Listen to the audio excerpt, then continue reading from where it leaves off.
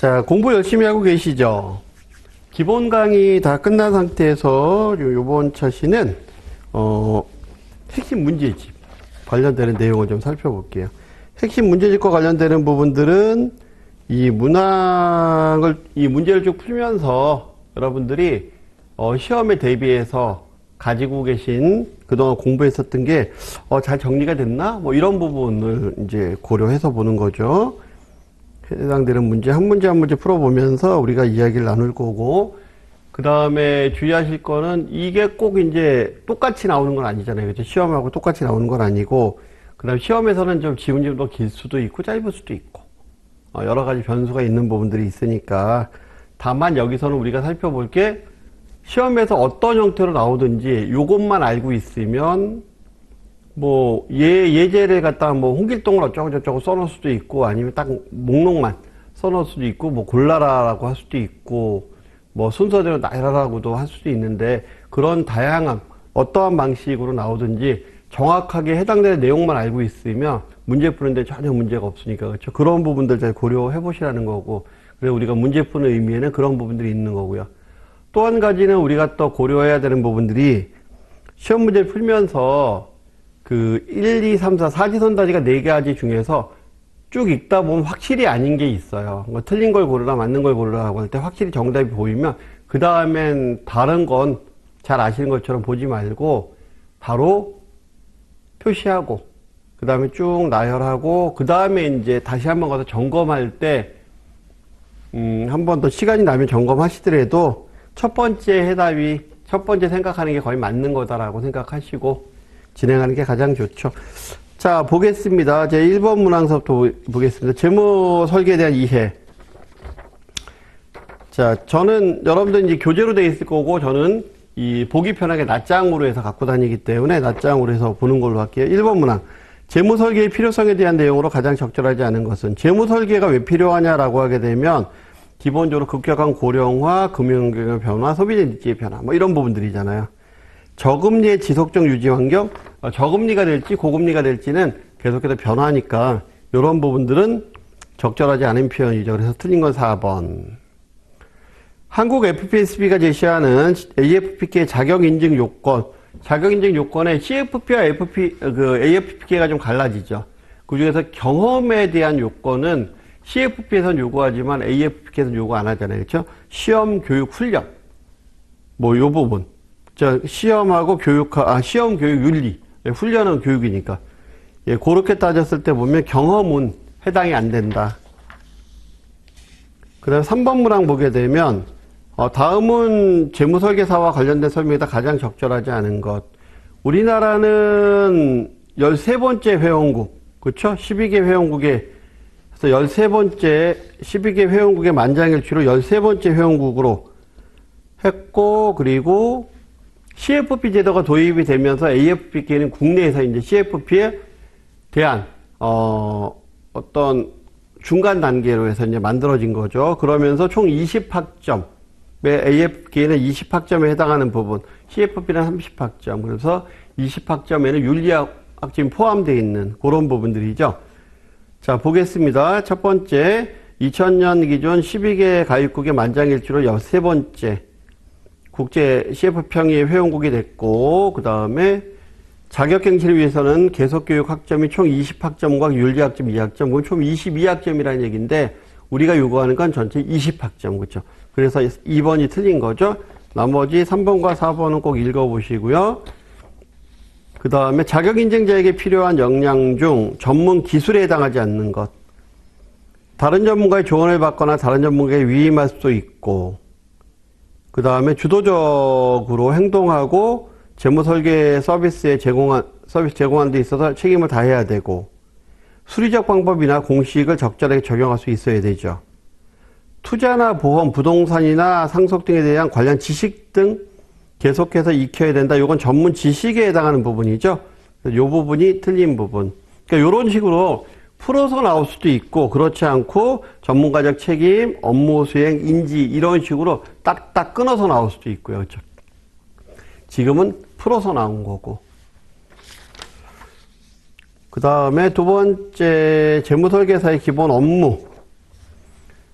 다음 생애주기에 따른 주요 재무 이슈 중에서 가정 형성기에 대한 내용으로만 묶은 것은 가정을 형성한다라고 했을 때 우리가 교재에서 보면 사회초년기, 그다음 가정 형성기, 자녀 성장기, 생애 전환기, 노후기 뭐 이런 부분으로 나눠지잖아요. 그 중에서 가정 형성기, 결혼 자금이나 자녀 출산, 육아나 교육 이런 부분들이 좀 필요한 부분들이죠. 그래서 보게 되면 자녀 출산과 육아, 자녀 독립이나 첫 번째 자녀 독립, 두 번째 은퇴 준비 이런 부분들, 그다음 네 번째 제2의 인생, 뭐 요런 부분들, 자녀 독립 요런 부분들이 해당이 안 되잖아요. 그렇죠? 그래서 맞는 건 3번. 요 부분은 맞히기가 상당히 쉽지 않은 부분이에요. 그래서 제가 그 교재에도 요 문제집에도 해당되는 표를 아예 넣어놨어요. 요 표를 좀 보시면서 좀 익숙하게 보실 수 있게. 마찬가지로 생애주기에 따른 주요 목표 중에서 자녀 성장기 해당하는 내용으로 가장 적절한 것은 2번이죠. 자녀 독립자금에 대한 마련, 자녀 성장기니까, 그렇죠? 요것도 마찬가지로 앞에 문제하고 맥락이 같은 문제이기 때문에 해당되는 문항 교재 통해서 나와 있는 표 잘 살펴보시길 바라겠습니다. 요런 문제가 나오면 제일 어려운 것 같아요. 그다음 재무설계사의 역할에 대한 설명으로 가장 적절하지 않은 것은 재무설계사는 고객의 인생관, 가치관, 삶의 태도 등 비재무적 성향도 파악하도록 노력해야 되겠죠. 그래서 재무적, 비재무적 성향 파악 그리고 준비가 필요하죠.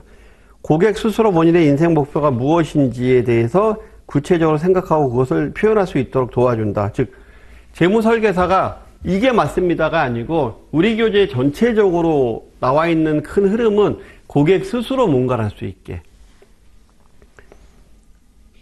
그래서 고객의 재무 목표를 구체화를 도울 때 재무설계사의 판단에 의해서 임의로 재무 목표를 제시하거나 노력해서는 안 되죠. 그렇죠? 이게 안 되는 부분이 써 있으니까 틀린 건 3번. 그 다음에 4번은 읽어보시면 되는 내용이고요. 그 다음에 4번 문항. 재무 목표 구체화의 필요성에 대한 설명. 우리가 맞는 것을 모두 고르라. 맞는 것.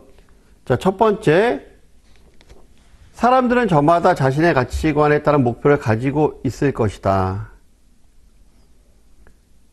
그쵸? 사람들은 눈앞에 닥친 단기적이고 즉흥적인 재무 목표 수립에 더 익숙하다. 그렇죠. 장기적인 생각을 잘 안 한다라는 거죠. 우리 그 교재에서 나와 있는 구체화의 필요성의 대전제는 사람들은 제대로 준비 안 하고 있다라는 거니까. 그 다음에 대부분의 사람들은 목표 자체가 수시로 바뀌기도 한다. 가나 다가 맞는 거죠. 그렇죠. 그 다음 라번 한번 볼까요? 시기나 기간 달성 수단에 등에 대한 대답은 개인마다 다르므로 재무설계사는 그 정도로 임의로 설정할 수 있어야 된다? 아니, 임의로 설정하면 안 되는 거죠. 그러니까 맞는 것은 가, 나, 다. 그 다음에 현금흐름 관리에 대한 설명으로 가장 적절하지 않은 것은 현금흐름 관리는 심리적 저항감을 야기하지 않게 해준다. 아니죠. 현금흐름 관리, 우리 교재에서 나와 있는 전체적인 흐름의 내용에서 보면 현금흐름 관리를 너무 타이트하게 하거나 너무 억압적으로 하게 되면 심리적 저항감이 일으키니까 그걸 주의하라는 얘기를 많이 하고 있잖아요. 그렇죠? 그래서 그 밑에 지출 관리나 이런 부분 너무 보수적으로 추정해서는 안 된다라는 것도 너무 타이트하게 하지 말라는 거고요. 가족 구성원 간의 돈에 대한 대화를 촉진하고 소비 형태에 대해서 생각해 볼 기회를 주고 그래서 고객 스스로 무엇인가를 할 수 있게 하는 부분이 중요하다. 그래서 심리적인 저항감을 일으키지 않게 해주는 게 좋다라는 거죠. 심리적인 저항감이 일어나니까. 그렇죠? 현금흐름 관리의 장점으로 가장 적절하지 않은 것은 소비의 형태를 개선시키게 되죠. 삶의 우선순위를 생각해 보게 되고요. 심리적 저항감을 발생하죠. 이건 단점에 해당하는 거죠. 그리고 자기 통제를 하는 데 도움을 주고요. 그래서 틀린 건 3번. 그래서 우리 심리적 저항감과 관련해서는 5번 문제와 6번 문제가 나란히 이렇게 나와 있는 부분은 이 부분을 상당히 주의하자라는 거죠. 그다음 가로의 내용으로 가장 적절한 것은 가로라 함은 가계의 주춧돌과 기둥의 역할을 하는 장기 플랜이다. 보장자산과 연금자산으로 구분할 수 있다. 우리가 운용자산이라면 단기자금, 비상예비자금에 대한 이야기를 하는 거고요. 안정자산이라고 하면 보장자산과 연금자산. 그렇죠. 그래서 이거는 안정자산에 대한 이야기.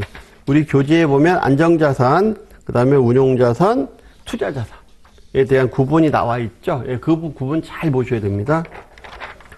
자, 8번 문항. 국제 FPSB에서 제시하고 있는 재무 전략에 관한 세 가지 핵심 업무로 가장 적절하지 않은 것. 재무관리 전략과 자산관리 전략의 각각의 강점과 약점을 파악한다. 그 다음 전략을 개발하기 위해서, 그리고 그 밑에 전략을 개발하기 위해서, 그리고 4번에 전략을 개발하고 평가한다. 이렇게 해서 개발자가 들어가는 부분, 이 부분이 재무 전략에 관한 세 가지 핵심 업무의 가장 중요한 키워드예요. 물론 그거 말고도 재무 전략의 업무 영역 쪽에도 이 부분이 나오기는 하는데 전략 개발이라는 단어가 그거는 하나만 이제 구분하시면 될 것 같고요. 그래서 첫 번째 나와 있는 거 재무관리 전략과 자산관리 전략의 강점과 약점, 이건 업무 영역에 속하는 부분이에요. 그래서 이 부분이 좀 어렵죠. 예, 그래 이걸 외워야 되는 부분이에요.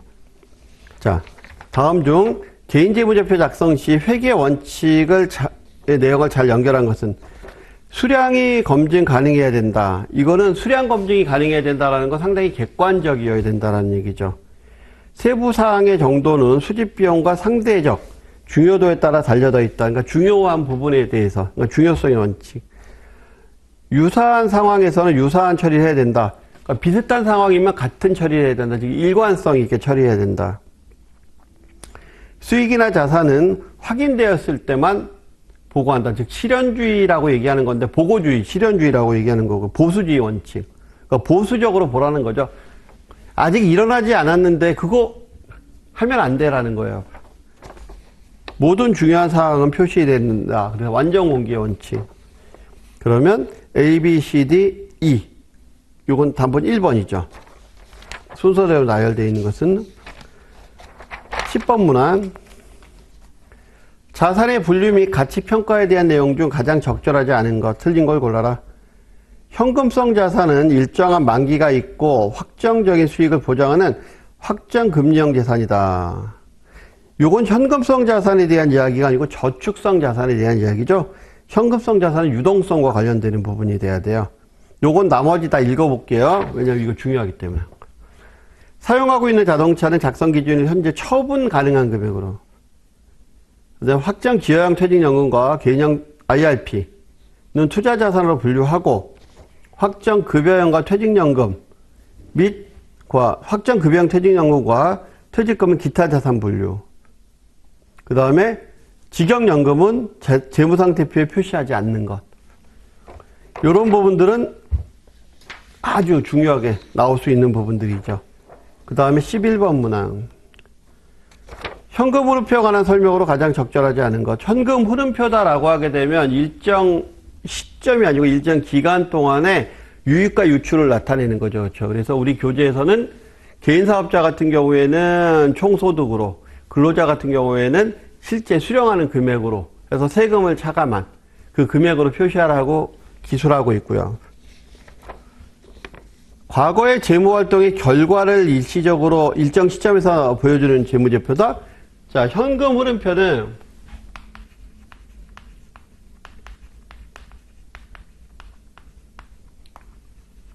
과정을 나타내죠.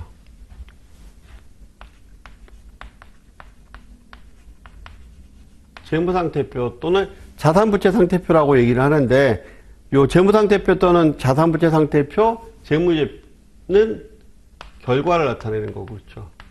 그렇기 때문에 요게 틀린 거죠. 그다음 근로소득자의 경우 수입은 다시 매월 발생하는 월 순수입과 비정기적으로 발생하는 기타 유입으로 구분한다. 그렇죠. 여기서도 중요한 거. 현금으로 수입을 계산할 때 보너스 같은 경우엔 기타 유익 항목으로 분류한다라는 거. 그리고 개인사업자 같은 경우는 총수입. 그리고 보장성 보험료나 대출이자 월세는 고정지출로 분류한다라는 거. 이런 부분들은 되게 중요하다. 그쵸? 예. 현금흐름표에 대한 설명으로 내용으로 가장 적절하지 않은 것은 개인이 조정 가능하고 금액 변동이 있을 수 있는 지출을 가변 지출로 본다. 이건 가변 지출로 보는 게 아니고 변동 지출로 보죠.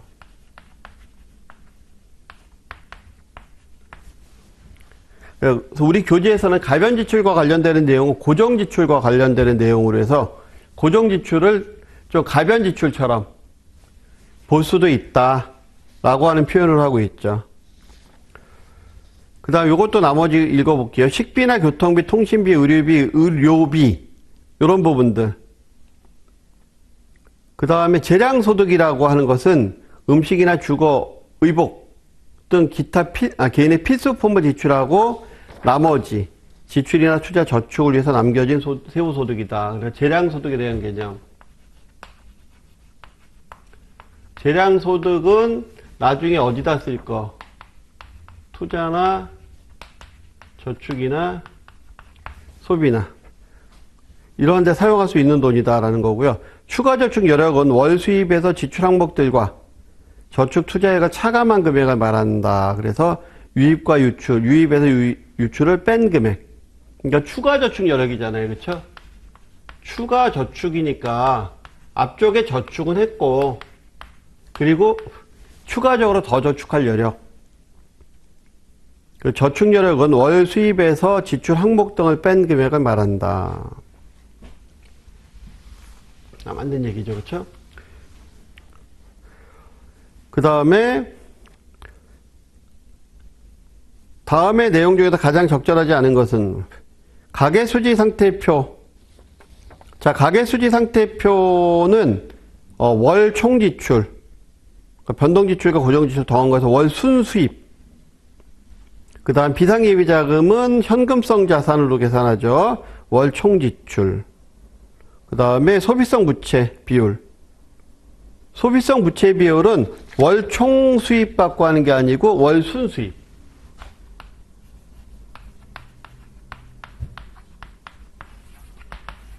요거 주의하셔야 됩니다. 그래서 소비성 부채는 월 순수입을 가지고 본다라는 거죠. 그래서 요 부분 주의하셔야 된다. 그 다음 총부채 상환 비율 같은 경우에는 월 총수입 갖고서 하고요. 그쵸? 요런 부분들이 시험에서 그냥 아무 생각 없이 지나갈 수 있는 그런 부분들이기 때문에 그래서 제가 표도 하나 넣어놔드렸어요. 아예 해설 쪽에 가서 보시게 되면 가계수지 상태표, 비상예비자금, 부채 적정성 평가지표, 현금흐름과 재무상태, 그리고 밑에 제가 참고사항으로 비상예비자금에 대한 추가적인 설명까지 다 넣어놔드렸으니까 해당되는 내용들 잘 살펴보시길 바라고요. 굉장히 중요한 내용입니다. 이런 내용들이. 그 다음 14번 문항. 다음 재무비율 분석과 관련된 설명으로 가장 적절하지 않은 것은 월 수입이 불규칙적인 가계의 경우 비상예비자금을 활용해서 순현금 흐름을 고정화시키는 역할을 하기도 한다. 그러니까 여기서 지금 우리가 고정적으로 고정관념에서 좀 탈피해야 되는 게 비상예비자금. 우리 시험을 위해서는 이라는 게 이게 진짜 비상상황뿐만이 아니고 예비자금에 대한 역할도 한다. 그러니까 비상자금도 되지만 예비자금. 그래서 불규칙하게 소비 지출이 일어날 경우에 요걸로 정리하고 그 다음에 그래서 고정적인 수입이 들어오는 거는 고정적으로, 안정적으로 저축을 하거나 이렇게 활용할 때 사용하자. 그래서 비상예비자금이라는 개념은 비상자금도 있지만 예비자금에 대한 개념도 존재한다라고 보면은 이 얘기가 정확히 맞는 거죠. 그렇죠?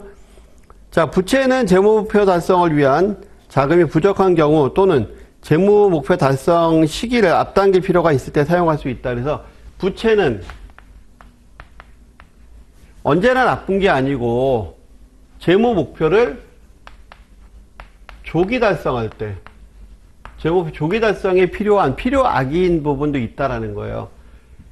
그래서 부자들과 지금 현재 부자이신 분들과 얘기를 나눠보다 보면 이분들은 목표를 명확히 세우는 것도 굉장히 중요하고 그다음 부채를 적절히 활용하는 것도 부를 쌓는데 상당히 도움이 된다라고 얘기를 하거든요.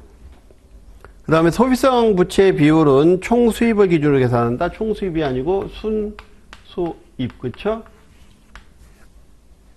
그 다음 재무 작성하고 재무 비율을 분석 수행하는 목적은 재무 전략 수립에 도움이 되는 고객의 강점과 약점을 파악하기 위한 거다. 그죠?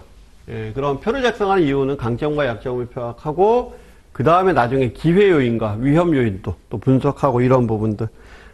자, 다음 중 현금성 자산에 해당하지 않는 것은 현금성 자산이다. 그럼 유동성 생각하시면 돼요. 유동성.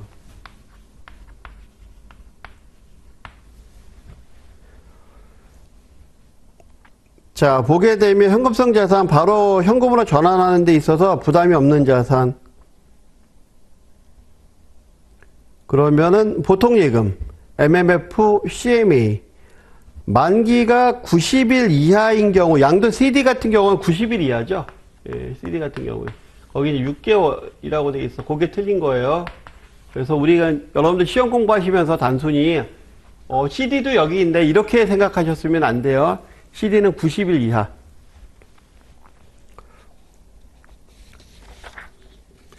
그 다음에 다음 중에서 비유동성 부채에 해당하지 않는 것. 자, 비유동성 부채. 비유동 부채에 해당하지 않는 걸 보게 되면 거기 학자금 대출이나 또는 임차 보증금으로 받은 돈, 자동차 할부금, 이런 건 다 비유동성 부채죠. 신용카드 미결제액은 유동부채예요. 그러니까 1년 이내에 상환되느냐 안 되느냐 이런 걸 봤을 때 학자금 대출 기간이 길지 않아요. 임차 보증금으로 받은 것도 기간이 길고 자동차 할부금 뭐 3개월짜리 뭐 이런 거 없잖아요. 그렇죠? 신용카드 미결제액은 비유동성 부채에 해당이 되죠. 아, 유동성 부채에 해당이 되죠. 그래서 유동성 부채에 해당이 되죠, 그건.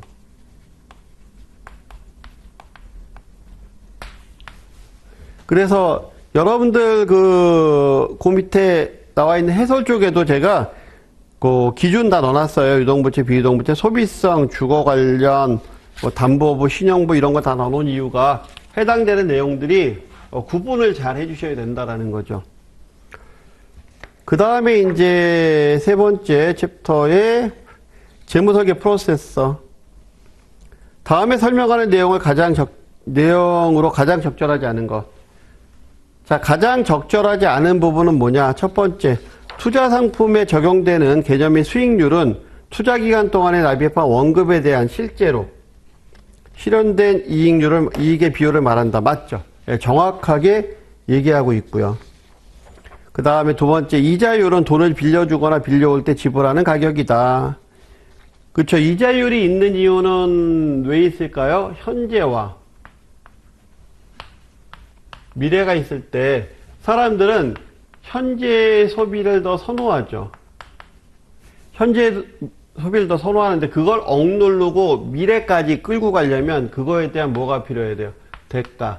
즉 보상이 필요한데 이 보상을 우리는 뭐라고 얘기한다? 이자라고 얘기한다. 그렇죠? 달리는 일정 시점에 원금에 대해서만 이자를 곱하여 이자를 계산하는 방식이다. 그죠? 달리 방식은 이자의 이자가 아니고 그냥 이자로 끝나고 이자 빼놓고 다시 원금을 갖다가 다시 저축해서 돈 받고 다시 이자 빼고 그렇게 되는 거죠. 복리는 달리보다 모든 이자 계산 구간에서 이자가 더 많다. 달리 방식보다 이자가 더 많다. 아니죠. 달리와 복리를 따져보면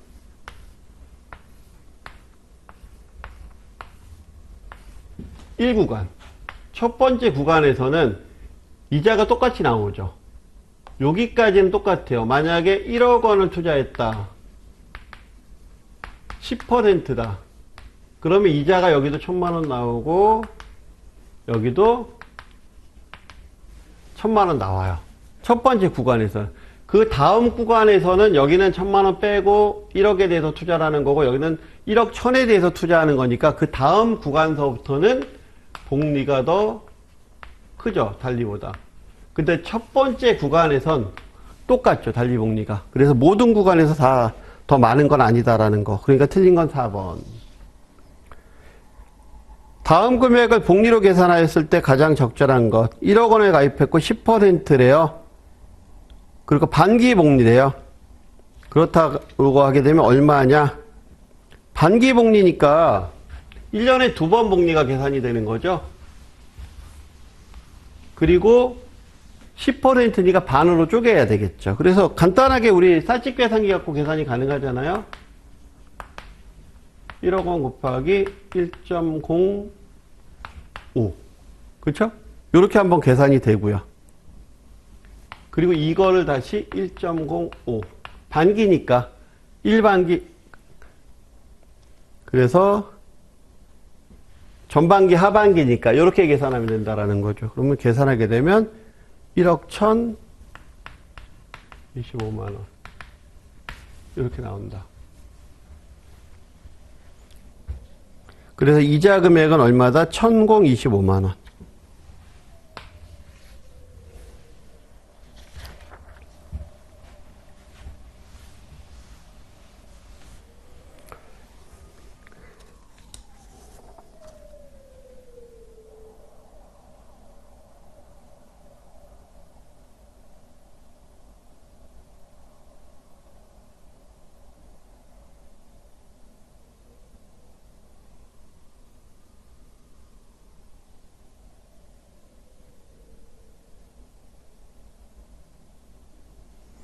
자, 그 다음에 3번. 다음의 설명으로 가장 적절하지 않은 것은 현재 가치는 미래 가치를 기간에 따른 할인율로 할인해서 구하는데 할인할 때 사용하는 이자율을 할인율이라고 하고 항상 복리가 적용이 된다. 예, 우리 재무설계 계산할 때 항상 복리로 계산을 하고요. 그리고 미래 가치를 1 플러스 R에 N으로 해서 할인을 하죠. 이렇게 해서 계산하는 게 현재 가치. 그렇죠? 요거 우리가 할인율이라고 얘기하죠. 투자기간이 같다면 복리의 경우 이자를 불이하는 주기에 관계없이 동일한 현금 흐름이 발생한다. 투자기간이 같다면, 예, 투자기간이 같다면, 그럴듯하지만 틀린 얘기죠. 투자기간이 같다. 내가 1년간에 거쳐서 투자한다. 또는 10년간에 거쳐서 투자한다. 이렇게 만약에 한다라고 하게 되면, 근데 이게 월복리고, 여기가 반기복리다. 그럼 얘는 이렇게 이자가 2번 불이되지만 요거는 12번 불이되죠. 그러니까 당연히 얘가 더 많죠. 그렇죠? 조금이라도 얘가 더 많이 발생을 하죠. 동일한 현금 흐름이 발생하지는 않죠. 미래 가치는 현재 가치의 이자율을 곱하여 구할 수 있는데 이자율의 현재 가치 계산 시에 통상 복리가 적용이 된다. 그렇죠. 미래 가치는 현재 가치 곱하기 1 플러스 R의 N승. 이러면 미래 가치가 계산이 되는데, 통상 이건 복리로 계산을 하죠. 1년의 이자 횟수가, 이자가 2회 지급되는 복리일 경우 표면 이자율은 기간에 복리 지급 횟수를 곱하여 계산하고 이자율은 복리를 나눠서 계산한다. 그렇죠. 그래서 이렇게 만약에 2번이면 2 곱하기 2. 뭐 이런 식으로 계산이 되죠.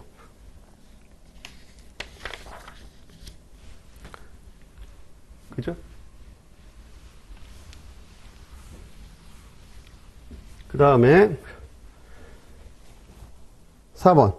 다음 중 고객과의 관계 정립 단계에 대한 내용으로만 모두 묶은 것은 고객과의 관계 정립에 대한 내용. 업무 수행 범위에 대한 결정. 1단계 내용 맞죠? 1단계가 고객과의 관계 정립, 정보 수집, 계산 및 분석, 제안서 작성, 실행, 모니터링 이 6단계 과정 중에서 1단계 자료 수집의 중요성을 설명하는 것도 1단계죠.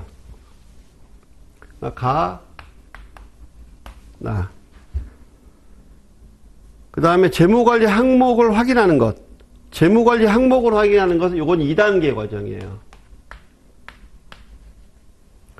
그러니까 일단은 거기에 나 들어가고, 근데 다 들어간 건 빼야 되겠죠. 다 들어간 건 빼고. 그리고 1번은 답이 아니고. 안 들어간 것도 빼야 되니까 2번, 4번도 답이 아니네요. 그러니까 이건 이렇게 푸셔야 돼요, 원래는. 그쵸? 자, 가나 다까지만 계산했을 때 다 들어간 건 답이 아니고 가, 나 두 개가 다 들어간 게 없으니까 그럼 답은 3번이죠. 예. 실전에서는 이렇게 풀고 우리 시험에서는 또 재무제표 작성 및 분석 과정은 3단계죠. 그 다음 운용자산별 금융상품의 제한 요거는 5단계죠. 외부 환경의 변화에 대한 설명 이건 6단계죠. 재무설계의 역량과 역할에 대한 설명 요거는 1단계죠. 그러니까 답은 가나 4. 문제는 이렇게 풀되 실전에서는 이렇게 푸시면 안 돼요. 그렇죠? 실전에서 딱 이게 답이다 싶으면 바로 찍고 나와야 되죠. 다음 중에서 정량적 정보로만 묶어진 것은 정량적 정보. 저축과 투자 내역을 확인한다. 보장자산의 내역을 본다. 미래의 납세에 대해서 고민한다. 개인사업자의 경우 사업에 대한 정보. 돈에 대한 태도, 이거는 아니죠. 기혼 가정에 대한 돈 관리에 대한 주체, 요것도. 위험 수용 성향, 투자 경험, 금융 이해력, 고용 상황. 이런 부분들은 다 비재무적인 부분이죠. 비정량적인 부분. 정성적인 부분이라고 얘기하죠. 그럼 답은 1번. 요것도 되게 어려운 부분 중에 하나예요. 그쵸? 예, 그래서 돈에 대한 태도. 이거 재무적인 거 아닙니까? 라고 생각할 수 있고, 기혼 가정에 대한 돈 관리의 주체. 이거 다 돈에 대한 얘기잖아요. 물론 그럴 수 있어요. 근데 우리 교재에서는 이 부분을 다 비재량적인 걸로. 그래서 비재무적인 거, 정성적인 부분으로 다 분류하고 있어요. 그러니까 시험은 교재에서 나온 대로 보는 거기 때문에, 그래서 여기 정성적 부분하고 정량적 부분을 교재에서 분리한 대로 그대로 우리는 학습을 할 수밖에 없죠. 그래서 우리 보게 되면은 공과금 이런 부분들 우리가 개인적으로 생각할 때는 고정지출처럼 느껴지는데 변동지출로 분류하면 변동지출로 시험은 볼 수밖에 없는 거예요. 그죠? 그런 형태로. 자, 6번 문안. 재무설계 6단계 프로세서를 순서대로 연결한 것으로 가장 적절한 것은? 자, 6단계 프로세서 순서대로 연결한 거. 그러니까 이렇게도 나올 수 있어요. 프로세서 계산할 때. 자, 고객이 어떤 업무에 종사하는지를 명확히 하는 거다. 고객이 어떤 업무에 종사하는지 명확히 하는 거죠. 애매모호한 부분이죠. 그렇죠? 어려운 부분이에요. 이거 1단계 내용이에요. 2단계에서는 재무설계사의 효과적인 질문과 경청하는 태도가 필요하다. 이게 왜 필요할까요? 그렇죠. 고객에게 질문하고 그 다음에 정보 수집할 때 필요한 거니까. 그래서 순서를 보면 나까지 맞는 것 같아요. 그러면 딱 보니까 가하고 나가 연결되어 있는 건 1번뿐이 없네요. 그럼 답은 1번이에요. 시험은 이렇게 풀고 그 다음에 또 뒤에만 두 개 싹 바꿔놓는 것도 있으니까 고객의 상담 동기와 관계 상관없이 재무설계사는 고객의 현재 재무 상태에 대한 강점과 약점을 평가할 필요가 있다. 자, 재무 상태 분석 및 평가.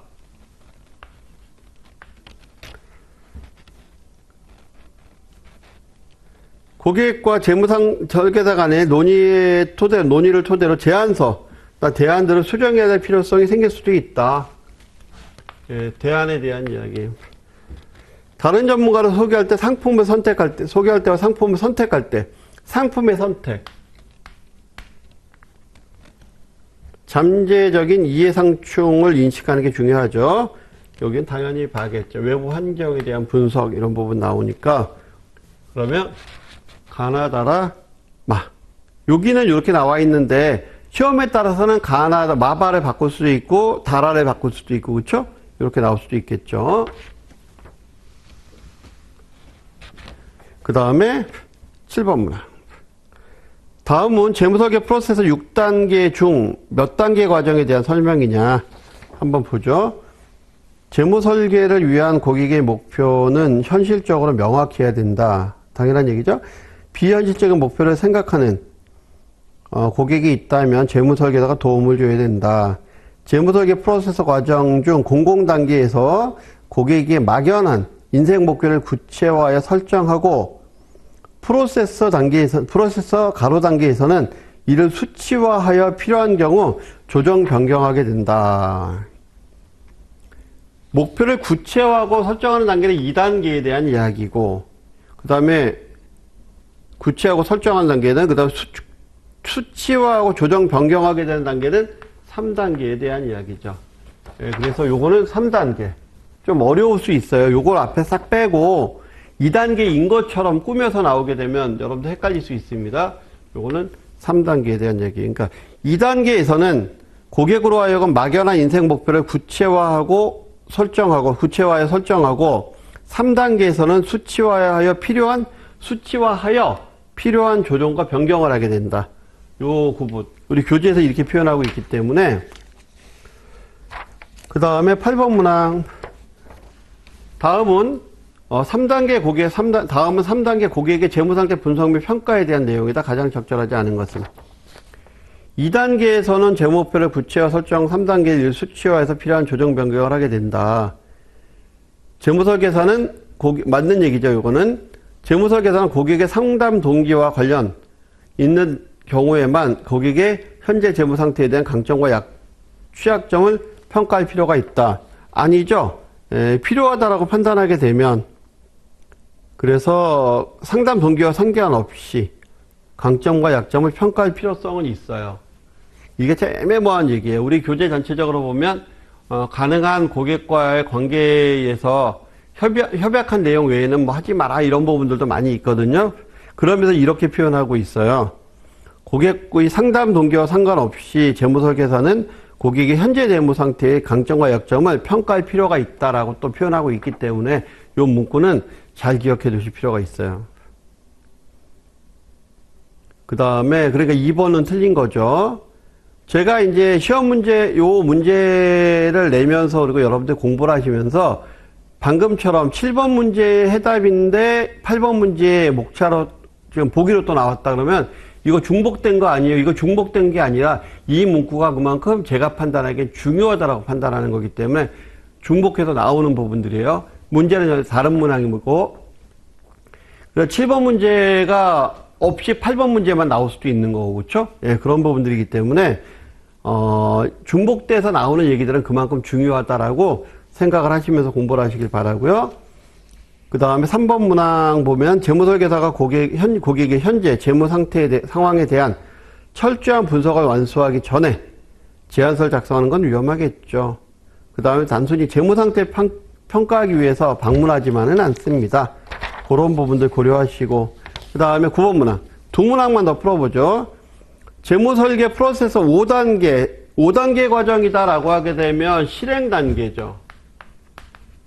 실행 단계에서 주로 나오는 그게 물론 다른 단계에서도 나오지만 다른 전문가와라는 단계, 상품이라는 단계, 그 다음에 위험이라는 이야기, 뭐 이런 이야기들이 주로 많이 나와요. 그렇죠?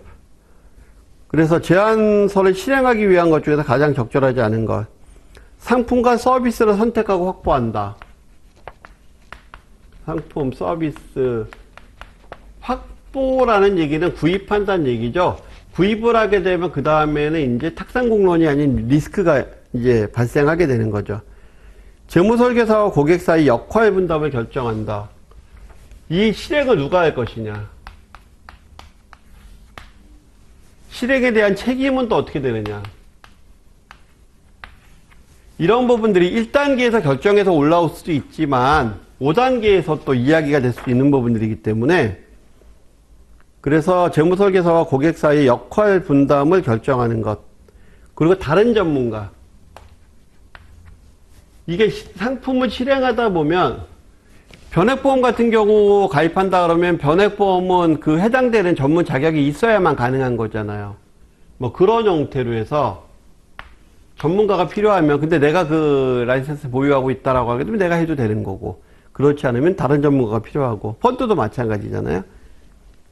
그 다음 고객 재무 상황에 대한 변화를 점검하는, 변화 점검하는 건 6단계 과정이죠. 그렇죠?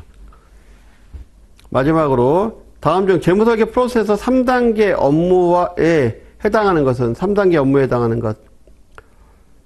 자료 수집의 중요성을 설명한다? 요건 1단계와 관련된 내용이죠. 재무 전략을 수립한다.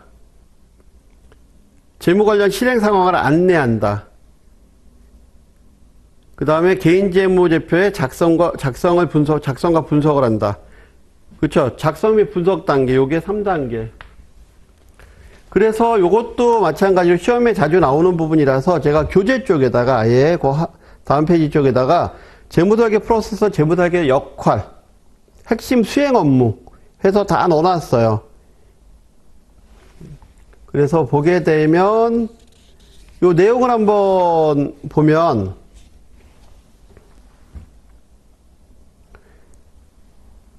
재무전략에 대한 수립, 이거는 뭐 4단계 당연히 맞는 거고요. 그 다음 세무 관련 실행 상황의 안내. 그럼 여기 세무 상황에 대한 분석은 3단계죠. 근데 실행 상황에 대한 안내는 5단계예요. 이런 형태로 해서 미묘하게 달라요. 비슷한 단어들이 있으면서도. 그래서 이런 것들은 제가 아예 표 자체를 통으로 다 넣어드렸으니까 시험 공부하실 때 반드시 보시면서 하셔야 된다라는 거. 이런 부분들 고려하셔야 되고요. 자, 요번 차시는 여기까지 해서 챕터 1에서 챕터 3번까지 했고요. 다음 차시는 챕터 4 소비자 신용 및 부채 관리, 여기서부터 강의 진행하도록 하겠습니다. 수고하셨습니다.